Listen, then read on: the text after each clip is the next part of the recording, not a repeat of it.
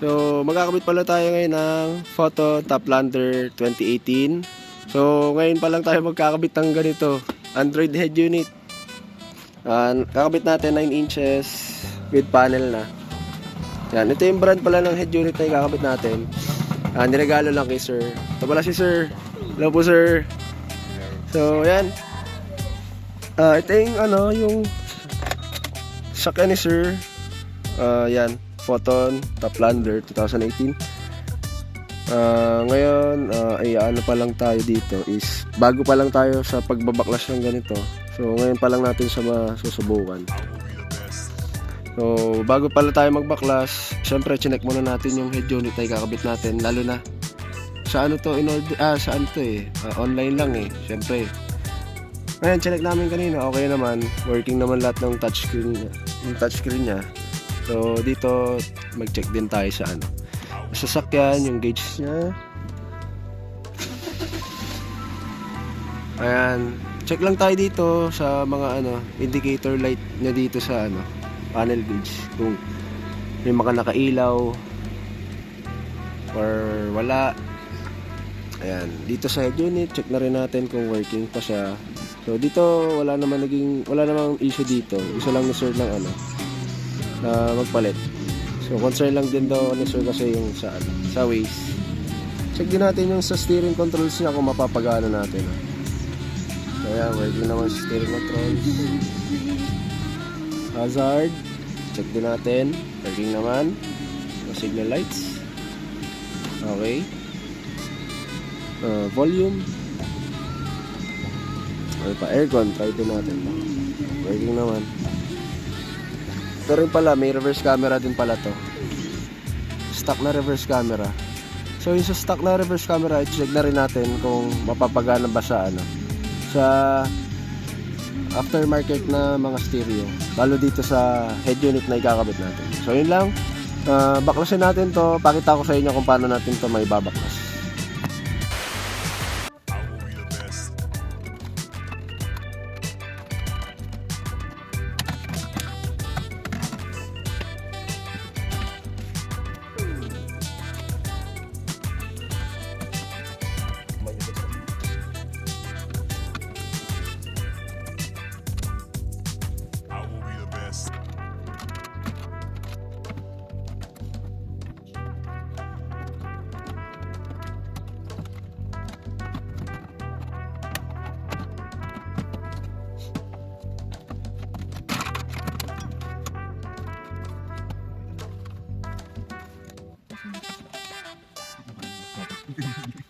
Alam mo malaki.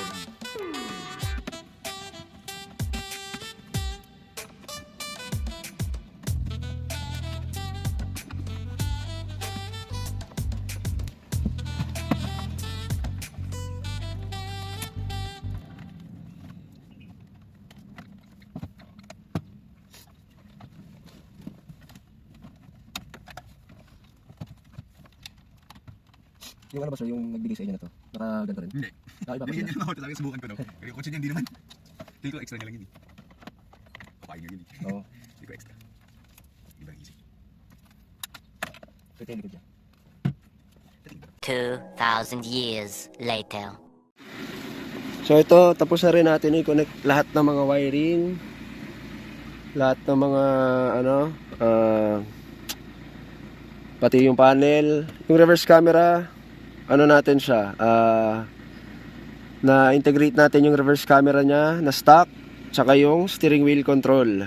So dito, try natin na magpatugtog sa sa radyo. Saan yung radyo? Ayan, radio. Ayan siya. Volume up natin volume up, working siya. Ayan, volume down, working din. Paglipat ng station, working din. Ayan, lipat natin. Yan. So back muna tayo. So pakitan lang din natin yung mga applications niya. Yan, may na rin siya. Same lang sa mga kinakabit natin. Google Chrome, Bluetooth, Play Store, Google Maps, YouTube, yan, Spotify, G-Link 5. Ito yung Apple CarPlay, G-Link 5. Ayan o. Pwedeng Apple CarPlay, Android Auto, pwede rin. Ayan, dual screen para sa Waze, saka sa Spotify nyo. Back muna tayo. Then yan, may Netflix saka Waze. Yung reverse camera pala niya, yung stock, ganito yung tsura. Ayan, medyo na rin, malabo na rin siya. Ito ka rin kasi gusto ni sir, yung stock na rin lang gamitin namin. Pero ito, pwede pa rin tayo magpalit ng dyan, ng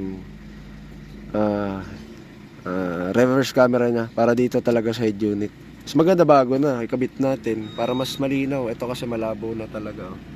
Mas medyo pa siya. Ayan, mapapansin niyo may flicker. Normal naman po yan mga ganyan. Lalo kasi ito is malaki na rin yung LCD niya. Ayan. Tapos ito pala sa photo top lander. Ayan, medyo may awang lang dito sa hindi lang siya maisasagad ng fitment dito sa sa stereo panel niya. Pero okay naman siya. Hindi naman siya malalaglag basta-basta. Ayan, kung medyo OC kayo kagaya ni sir, yan. Ganyan talaga siya. Ganyan po talaga siya. Ayan, medyo lang. Angat lang siya ng kaunti. Pero saktong-sakto naman yung niya, yung pinaka-panel niya. So yun lang, sa mga interested pala and gusto magpa-install ng mga ganitong Android head unit, kung order kayo sa Shopee or Lazada, pwede kayong dumiretso sa amin para magpa-install. Pero meron din po kami mga available na Android head unit. Nexus brand po yung gamit namin. Yan po yung own brand po namin. Nexus brand, yan. Located po pala kami sa Marikina City. Kung gusto nyo mag-visit, yan, Marikina City po kami.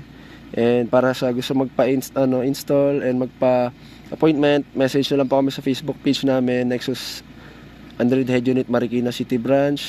And isa namin Facebook page, Enteng Butingting Garage. Thank you.